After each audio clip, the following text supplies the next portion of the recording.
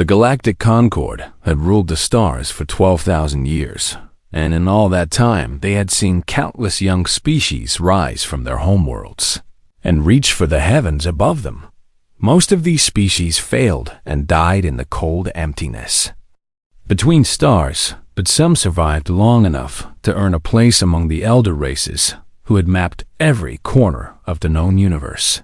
When humanity's first warp-capable vessel stumbled into Concord space in the year 2847, the reaction from the assembled alien races was not one of fear or curiosity or even mild interest.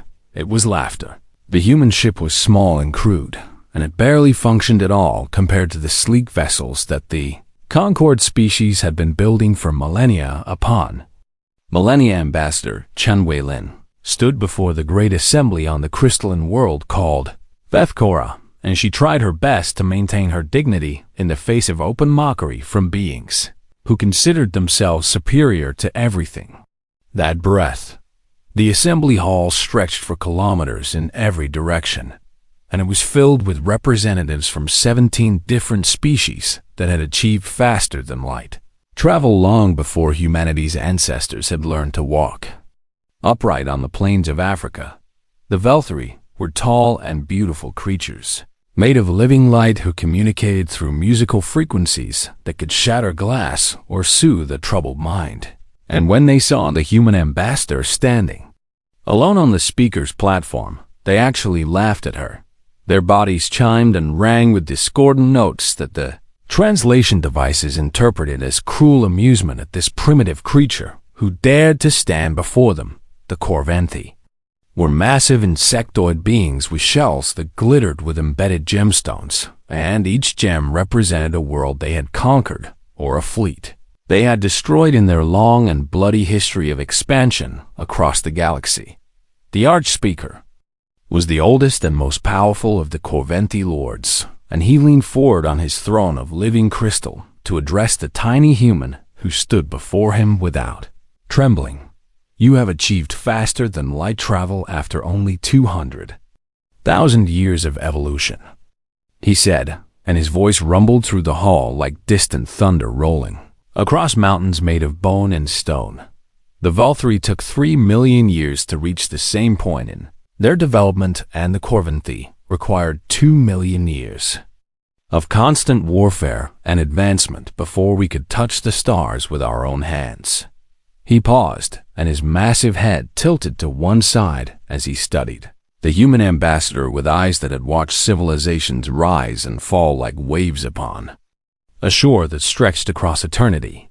You are infants playing with fire that you do not understand, and you come here seeking acceptance from those who mastered the universe while your ancestors were still learning to chip rocks into primitive tools.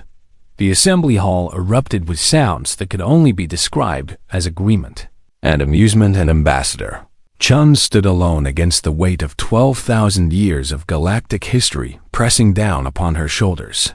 Humanity was granted what the Concord called observer status, and everyone in the hall understood what that truly meant.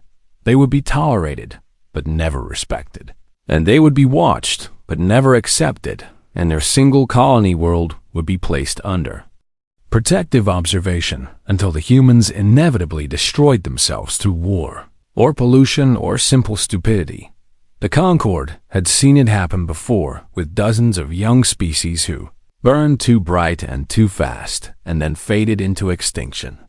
Without ever understanding why they had failed, Chen Weilin returned to Earth, and she delivered her report to the United Nations Council that had sent her to speak on behalf of all humanity. They think we are a joke, she said, and her voice was calm, even though her hands were shaking with suppressed anger at everything she had witnessed in that crystalline hall of arrogance and contempt. They have already made plans to divide our homeworld among themselves once we collapse, and they believe this collapse is inevitable because they cannot imagine a species as young as ours surviving the challenges that lie ahead. The council members listened in silence, and when Chun finished speaking, the secretary general rose from his seat and addressed the assembled representatives of human civilization. What do you recommend we do? he asked. Chen Weilin thought about the laughing Velthari and the contemptuous Corvinthi and all the other species who had looked at humanity and seen nothing worth respecting. We stop asking for their acceptance, she said finally, and there was something cold and hard in her voice that made several council members shift uncomfortably in their seats. We smile and we nod and we retreat to our single world, and we let them forget about us while we prepare for the day when they will never laugh at us again. The council voted unanimously to accept her recommendation, and humanity began a project that would take 50 years to complete. For the next 5 decades, humanity sent polite diplomatic messages to the Concord that were routinely ignored, and they maintained their observer status without complaint, and they never asked for trade agreements or technology sharing or any of the other benefits that came with full membership in the galactic community. The elder races interpreted this silence as acceptance of their proper place in the cosmic hierarchy, and they were pleased that the humans had learned their lessons so quickly. What they did not know was that beneath the surface of Earth and on the dark side of the moon and in hidden stations scattered throughout the solar system, humanity was working on something that would change everything. Every resource that could be spared went into the project, and every scientist and engineer who could contribute was recruited and sworn to absolute secrecy. Children grew up and had children of their own while the work continued, and still the galaxy laughed at the primitive humans who had been put in their proper place. Ambassador Chen Weilin grew old watching the project take shape, and she died knowing that she would never see it completed, but also knowing that her grandchildren would inherit a galaxy that no longer laughed at their species. The last words she spoke before death took her were heard only by her eldest granddaughter, who would one day command the greatest weapon humanity had ever built. Make them remember, Chen whispered, and then she was gone. Her granddaughter Yuki Tanaka was 12 years old when she heard those words, and she never forgot them even as she grew up and joined the military and rose through the ranks of a navy that officially did not exist 50 years after humanity received observer status. The Galactic Concord had almost completely forgotten about the primitive species huddled around their yellow sun. They were about to remember. By the year 2920, the elder races of the Galactic Concord had almost completely forgotten that humanity existed at all. The humans were a footnote in the great history of galactic civilization, and most species could not even remember the name of the primitive world where these strange creatures had evolved. Intelligence Coordinator Yethmara was different from the other members of her species because she believed that knowledge was more valuable than power, and that secrets were more dangerous than weapons. She served the Dominion's Third Eye, which was the surveillance network that watched over every corner of Concord space and reported anything unusual to the Archspeaker and his Council of War. Yethmara was the first to notice that something strange was happening in the Sol system where the humans made their home. For 50 years, humanity had maintained regular communication with the rest of the galaxy, and even though no one bothered to read their messages, the signals themselves had been consistent and predictable. Then one day, the signals stopped. Yethmara ran diagnostic checks on every sensor array pointed at human space, and she found nothing wrong with any of them. The problem was not with the equipment that received the signals, but with the signals themselves, which had simply ceased to exist. Human communication traffic had not gone encrypted or hidden behind some new form of security that the Concord had never encountered before. It had gone completely and utterly dark, as if humanity had simply stopped talking to the rest of the universe. Yethmara brought her concerns to the Archspeaker during a routine security briefing, and the ancient Corvinthi Lord dismissed her worries with a wave of his massive armored hand. They have likely experienced a societal collapse, he said, without any particular interest in the fate of a species he had always considered beneath his notice. It happens to young species who reach too far too fast and burn themselves out before they learn wisdom from their elders.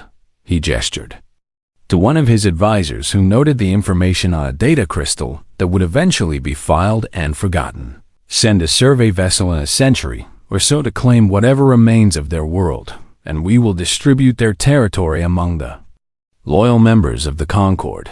HFY accepted the dismissal, but she did not accept the explanation, and when she returned to her monitoring station, she made a decision that would change the course of galactic history. She requisitioned a stealth probe from the Third Eye's vast inventory of surveillance equipment, and she programmed it to travel to the Sol system and report back everything it observed. Probe was the most advanced piece of reconnaissance technology that the Concord possessed, and it could hide from any sensor array ever constructed by any species in known space. HFY sent it toward humanity's home, and she waited for the data that would confirm or deny her suspicions about what was happening in the silence between stars. The probe never reported back. She waited for days and then weeks, and then she accepted that something had destroyed or captured a device that should have been completely undetectable. So she sent 3 more probes, each one taking a different route to the Sol system, and each one equipped with different sensor packages and communication protocols. None of them ever sent a single transmission back to Concord space. HFY felt something that her species rarely experienced, and it took her several moments to identify the emotion that was making her sensory appendages twitch with unconscious movement. It was fear. On her 4th attempt, she abandoned subtlety entirely and requested permission to send an entire observation fleet to investigate the anomaly in human space. The Archspeaker granted her request more out of boredom than concern, and 12 ships crewed by the finest sensor operators in the Concord departed for the edge of the Sol system. Commander thHFY was a veteran of 30 years of service to the Third Eye, and he had observed hostile species and monitored dangerous situations throughout his long career. Nothing in his experience prepared him for what his fleet encountered when they dropped out of warp at the edge of human space. The 12 ships activated their passive sensor arrays and began recording everything they could detect. And for the first 3 seconds, everything seemed normal. Then, thHFY noticed that the stars in one section of his view screen were disappearing, not dimming or flickering, but simply vanishing. If something impossibly vast was moving between his fleet and the distant lights of the galaxy, he opened a channel to HFY and began transmitting his observations.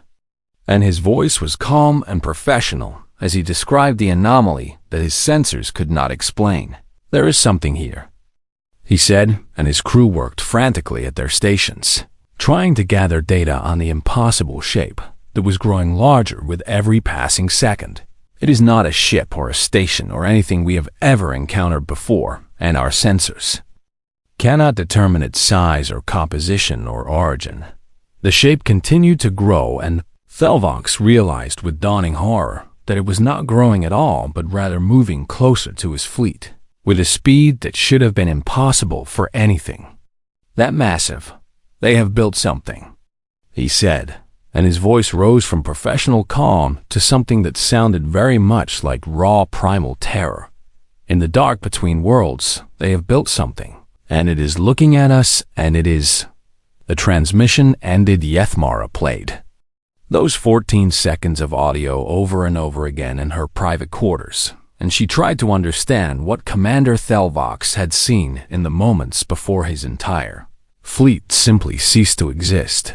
She brought the recording to the Archspeaker, and this time, the ancient Corventhi Lord did not dismiss her concerns. He declared humanity a species of interest and deployed the Third Fleet to investigate and neutralize whatever threat had emerged from the Sol system. The Third Fleet was the pride of the Concord Navy, and it consisted of 400 warships that had pacified rebellions and shattered enemy armadas for 6,000 years of continuous service. The fleet commanders were confident that whatever the humans had built would crumble before their superior firepower. An ancient experience in the art of cosmic warfare, the Third Fleet entered the Sol system in perfect formation with weapons charged in shields. raised against any possible attack. The Third Fleet did not leave. No distress signals reached Concord space, and no survivors escaped to tell the tale of what they had encountered. When long-range sensors finally managed to scan the area where the fleet had been, they found nothing at all. Not debris, and not bodies, and not even the residual energy signatures that always remained after a battle between starships. It was as if 400 vessels and their crews had simply been erased from existence by something that refused to leave any evidence of its terrible power. Yethmora stared at the empty sensor readings, and she understood that the galaxy had made a terrible mistake when it laughed at humanity 50 years ago. Now humanity was no longer laughing. They were coming. The emergency session of the Galactic Concord Assembly was the first in 800 years, and every species sent their highest-ranking representatives to attend. The crystalline halls of Haus Vethkora had witnessed 12 millennia of political maneuvering and diplomatic negotiations, but they had never echoed with the sounds of barely contained panic that filled them. Now Warlord Kethvern of the Corvanti stood at the center of the assembly floor, and his gemstone-covered carapace flickered with agitation as he addressed the gathered representatives of 17 spacefaring civilizations. 400 ships, he said, and his voice was rough with emotions that a Corvanti warrior was never supposed to display in public. The Third Fleet was the finest military force in the history of the Concord, and it was crewed by veterans who had fought in a dozen campaigns across the length and breadth of the galaxy. He paused and looked around the assembly hall at faces that reflected his own disbelief and growing terror. They are gone, and there were no distress signals, and there were no survivors, and there was no debris left behind to tell us what destroyed them. The Volthari representative rose from her delegation section, and her luminous body flickered with harmonics that had lost all trace of the mockery she had displayed 50 years ago when a human ambassador stood in the same hall. What did the humans build in their silence? She asked, and her voice carried across the chamber like a song that no one wanted to hear. What could possibly destroy 400 warships without leaving any evidence of the battle that must have taken place before anyone could attempt an answer? Every light in the assembly hall flickered once and then twice, and then died completely. For 3 heartbeats, the most powerful beings in the known galaxy sat in perfect darkness and felt something that most of them had never experienced. In their long lives, they felt small. When the lights returned, there was something new on the central display screen that dominated one wall of the assembly hall. A transmission was forcing itself through every security protocol that the Concord possessed, and no one could stop it or block it or even slow it down. A human face appeared on the screen, and she was old with white hair and deep lines around her eyes that spoke of decades spent carrying a burden that would have crushed a lesser. So, my name is Admiral Yuki Tanaka of the United Earth Defense Force, she said, and her voice was calm and steady, as if she were discussing the weather rather than confronting the rulers of a galactic civilization. I am the commanding officer of the UEDF Prometheus, and I have a message for the Galactic Concord. Behind her, through a viewport, the assembly could see stars scattered across the blackness of space, like diamonds thrown across dark velvet. And then they could not see the stars anymore. Something vast moved across the transmission's background, and it blocked out an entire constellation as it passed. The assembly watched in stunned silence as star after star simply vanished behind the shape that was moving with slow and terrible purpose through the void. It was like watching a hole open in the fabric of reality itself and swallow the light that had burned for billions of years before any species in the Concord had evolved to look up at the night sky. You called us infants. Admiral Tanaka continued, and her expression did not change, even as the impossible shape behind her continued to grow and consume more and more of the visible universe. 50 years ago, your archspeaker told my grandmother that humanity was playing with fire we did not understand. She paused, and something cold entered her eyes that made several of the assembled representatives step backward from their viewing screens. He was right about one thing at least, and that is that we were young and we were inexperienced, and we were naive enough to believe that, if we were patient and polite, we would eventually be accepted as equals by the elder races of the galaxy. The shadow behind her had now consumed half of the visible stars, and it showed no signs of stopping its relentless expansion across the cosmos. We stopped being naive 50 years ago when we learned that the Concord had no intention of ever accepting us as anything other than primitive curiosities to be observed and eventually absorbed. Her voice grew harder, and her eyes grew colder, and the assembly hall was so silent that the representatives could hear their own hearts beating in their chests. We stopped being polite when your arch-speaker suggested that our homeworld would make a fine nature preserve once we inevitably destroyed ourselves through war or environmental collapse. She leaned forward slightly, and her face filled the screen with an expression that promised consequences for 12,000 years of arrogance and contempt. We stopped being patient when our intelligence services discovered that 3 separate Concord species had already drawn up detailed plans to partition Earth among themselves once our inevitable collapse occurred. The transmission shifted to an external view, and the Galactic Concord Assembly finally saw what had been darkening the stars behind. Admiral Tanaka, the Prometheus, was not a ship in any sense that the elder races understood the word. It was a world unto itself, and it stretched for 23 kilometers from bow to stern, and it bristled with weapons that did not match any technology in the Concord.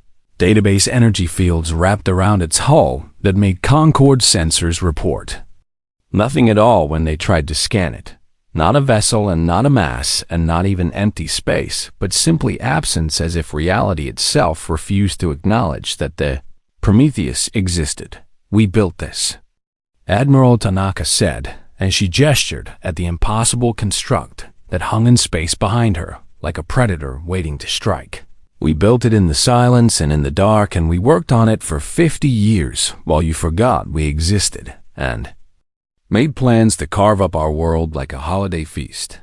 The assembly hall erupted with sounds of disbelief and terror and fury, but Admiral Tanaka waited patiently for the noise to subside before she continued.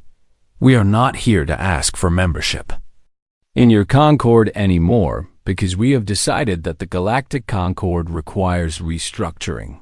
She smiled, and there was no warmth in the expression at all. You have 12 hours to begin that restructuring, or the Prometheus will do it for you. The transmission ended and the assembly hall descended into chaos as 17 species tried to understand how everything they believed about the universe had just been proven catastrophically wrong. Warlord Kethverm was the first of the assembled representatives to recover his composure after Admiral Tanaka's transmission ended. The Corvinthi had built their vast empire on the foundation of strength and power, and they had always believed that strength answered strength in the cold equations of galactic politics. He rose to his full height, and his gemstone-covered carapace caught the light and scattered it across the assembly hall like a declaration of ancient glory and military might. You bring one ship to threaten us, he said, and his voice boomed across the chamber on all communication frequencies so that every species in the Concord could hear his defiance. However large that ship may be, it is still only one vessel facing the combined military power of 17 spacefaring civilizations that have ruled these stars for thousands of years. He spread his massive arms wide, and his voice rose with confidence that came from 6,000 years of Corvinthi victories in battles across the galaxy. The Corvinthi alone command 8,000 warships crewed by warriors who have never known defeat in combat against any enemy we have faced. The other species began to rally behind his words, and murmurs of agreement spread through the assembly hall. As ancient pride began to overcome recent fear, the combined Concord fleet numbers in the tens of thousands, and we have weapons that can crack planets and shields. that can withstand the fury of dying stars. Kethvern pointed at the screen, where the image of the Prometheus still hung like a dark omen against the backdrop of space. You have made a grave mistake, human, and you will learn the price of threatening those who mastered the cosmos, while your ancestors were still living in caves. Admiral Tanaka's face appeared on the screen again, and she looked almost amused by the Corvinti warlord's speech. Counselor, I am going to stop you right there, because I think there has been a misunderstanding about the nature of this conversation. She shook her head slowly, and her white hair caught the light of distant stars that had not yet been consumed by her vessel's impossible shadow. I am not threatening anyone today, because threats imply uncertainty about outcomes, and I have no uncertainty at all about what is going to happen in the next few minutes. Her expression shifted from amusement to something much colder and much more dangerous. I am demonstrating. The main display in the assembly hall shifted from showing the Prometheus to showing a star chart that every Corvinti in the room recognized instantly. It was the Vorncath system, which sat on the border of Corvinti space and served as the primary staging ground for their military operations in that sector of the galaxy. 1,200 warships were stationed there at any given time, along with 3 orbital fortresses that bristled with enough firepower to destroy entire fleets. Vorncath was the jewel of Corvinti defensive capability, and it represented everything that made their species feared throughout known space. As of 6 minutes ago, Admiral Tanaka said in a voice that carried no emotion at all, "The Vorncath system no longer exists." Warlord Kethvern made a sound that his translator could not process into any recognizable language. The display updated with long-range sensor data from a dozen Concord outposts scattered across that region of space, and every single one of them confirmed the same impossible information. Where Vorncath had been, there was now only a slowly expanding sphere of superheated plasma that had once been a star and 12 planets and 3 fortresses and 1,200 warships. All of it was gone in less time than it took to speak. A single sentence. We did not fire a weapon. Admiral Tanaka clarified as if she were explaining something simple to a confused child. We triggered a localized stellar collapse using technology that your scientists will spend centuries trying to understand, assuming you survive long enough to study it. She paused and let the weight of her words settle over the assembly like a funeral shroud. The Prometheus can do this from a range of approximately 40 light years, which I mention only because I wanted to ensure that our demonstration would not be misinterpreted as some kind of close-range trick or deception. Silence fell over the assembly hall, and it was the kind of silence that comes when everything you believed about the universe has just been proven wrong. Then chaos erupted. The Velthari delegation was screaming in frequencies so high that they shattered translation devices throughout the hall and sent shards of crystal raining down on nearby representatives. The Corvinti warlords were shouting battle orders to fleets that were too far away to receive them in time to make any difference at all. The smaller species were simply fleeing toward the exits as if distance could protect them from a weapon that could kill stars from 40 light years away. Admiral Tanaka waited with patience that spoke of decades spent preparing for this exact moment. When something resembling order finally returned to the assembly hall, she spoke again, and every being present listened because they had no other choice. Humanity has no interest in genocide, she said, and her voice carried the weight of absolute conviction. We are not monsters seeking to destroy everything that is not human, and we are not conquerors seeking to build an empire on the bones of fallen civilizations. She paused, and her expression softened just slightly. We are not even particularly angry anymore, because 50 years is a long time to process resentment, and we have had other things to occupy our attention during that time. Her eyes swept across the assembled representatives, as if she could see each of them individually through the transmission. But we absolutely refuse to spend another century as a galactic joke while vultures circle our homeworld and make plans to feast on our remains. The Archspeaker rose from his throne, and his voice was hollow and empty of the arrogance that had defined him for thousands of years. "What do you want from us?" he asked, and every being in the hall leaned forward to hear the answer. Admiral Tanaka smiled, and it was the smile of someone who had waited a very long time for this question.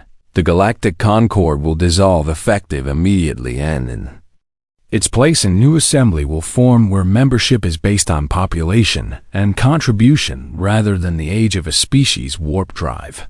She held up one finger to mark her first demand. "All protective observation statuses will be terminated, and every species currently under such observation will be granted full autonomy over their own affairs." A second finger rose to join the first. "All plans for annexation or partition of any world will be destroyed, and the species who created those plans will publicly acknowledge their wrongdoing." Three fingers now.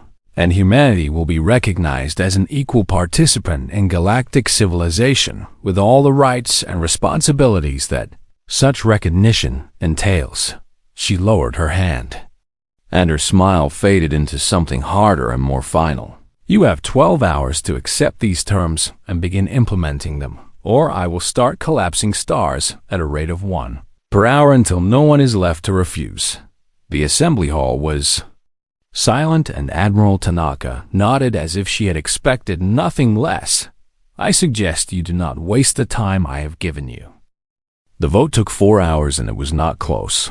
Every species in the Galactic Concord voted to accept humanity's terms because the alternative was extinction, and even the proudest civilizations preferred survival to pride when faced with a weapon that could kill stars.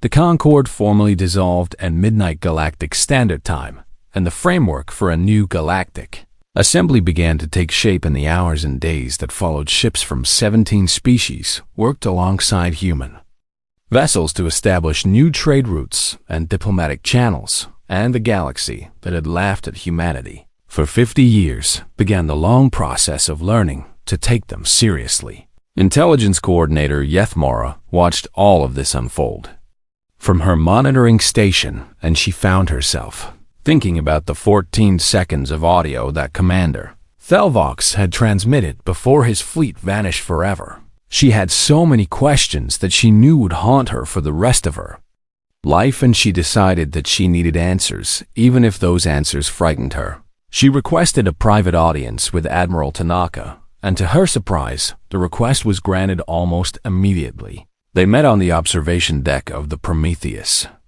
and Yethmora tried not to let her fear show as she walked through corridors that had been built by a species the galaxy had dismissed as primitives.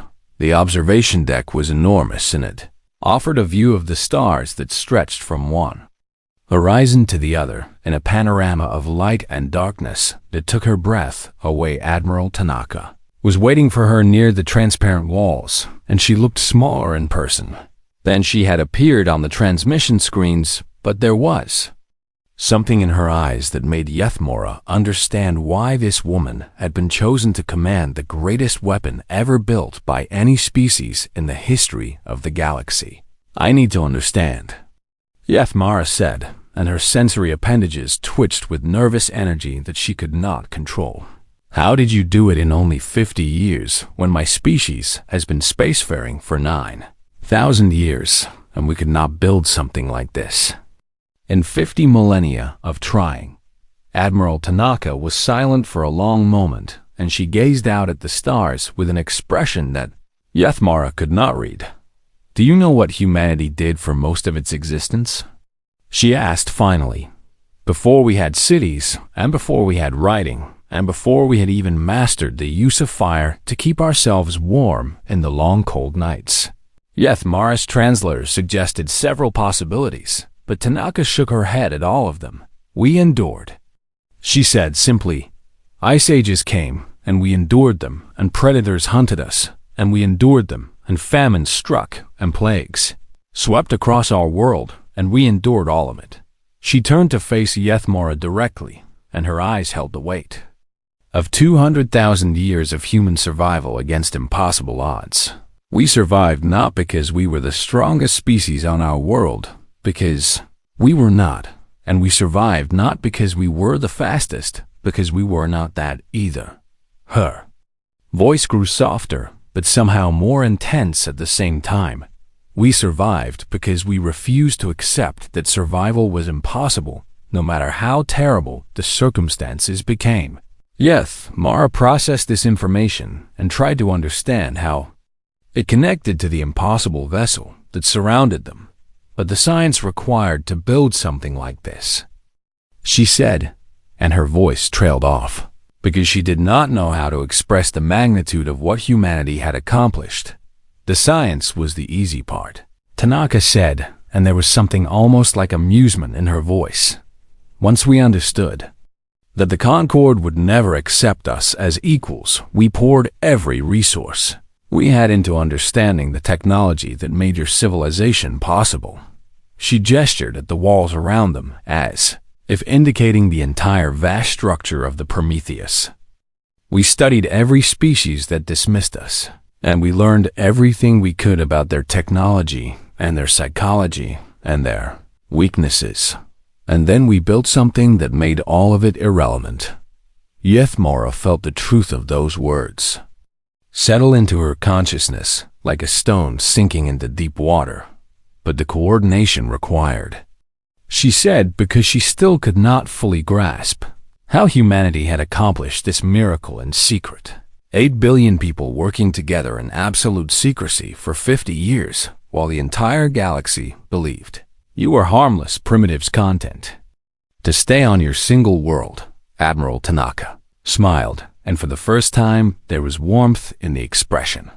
That was the hard part, she admitted. Convincing 8 billion people to sacrifice everything they had for a project that most of them would never live to see completed.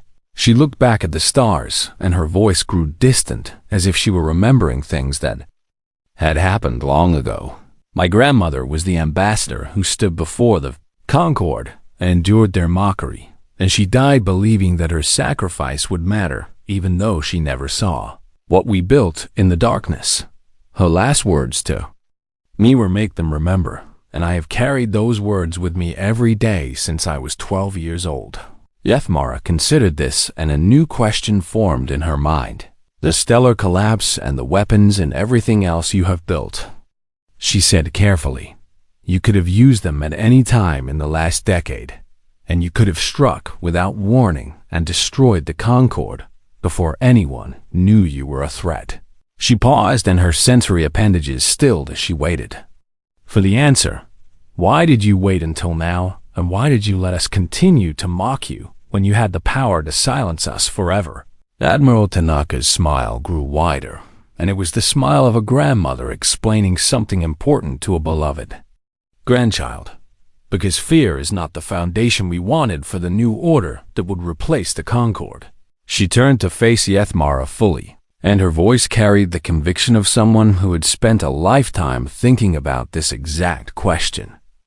If we had arrived with fire and fury, we would have been conquerors and tyrants, and the galaxy would have united against us eventually.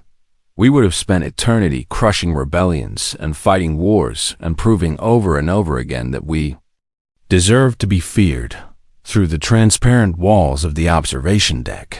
Yethmora could see the first joint patrol forming up in the space beyond the Prometheus. Human cruisers flew alongside Velthari harmonic ships and Corvinthi heavy frigates, in a formation that would have been unimaginable just one day ago.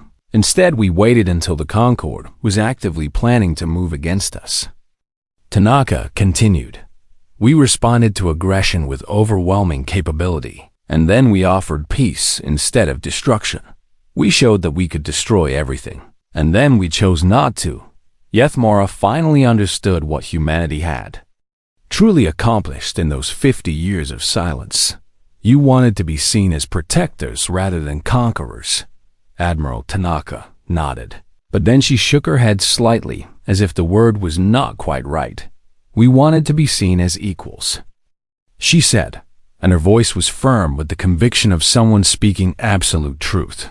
Dangerous equals who could not be dismissed or ignored or made into the subject of annexation plans, but equals nonetheless who would work alongside other species rather than ruling over them. The joint patrol vanished into warp space, and Yethmara watched them go, carrying crews from a dozen species into a future that would have been impossible to imagine.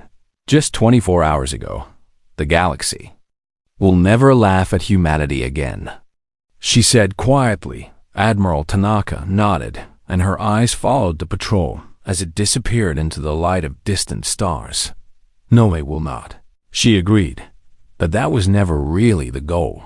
She turned to face Yethmara one final time, and her smile held 50 years of patience and sacrifice and determination that had brought humanity from mockery to equality in a single, unforgettable day. The goal was to make sure they never had a reason to laugh at us in the first place. Outside the observation deck, the stars burned on as they had for billions of years, and would continue to burn for billions more. But something had changed in the galaxy that those stars illuminated, and nothing would ever be quite the same again. Humanity had arrived, and they had brought the dawn with them.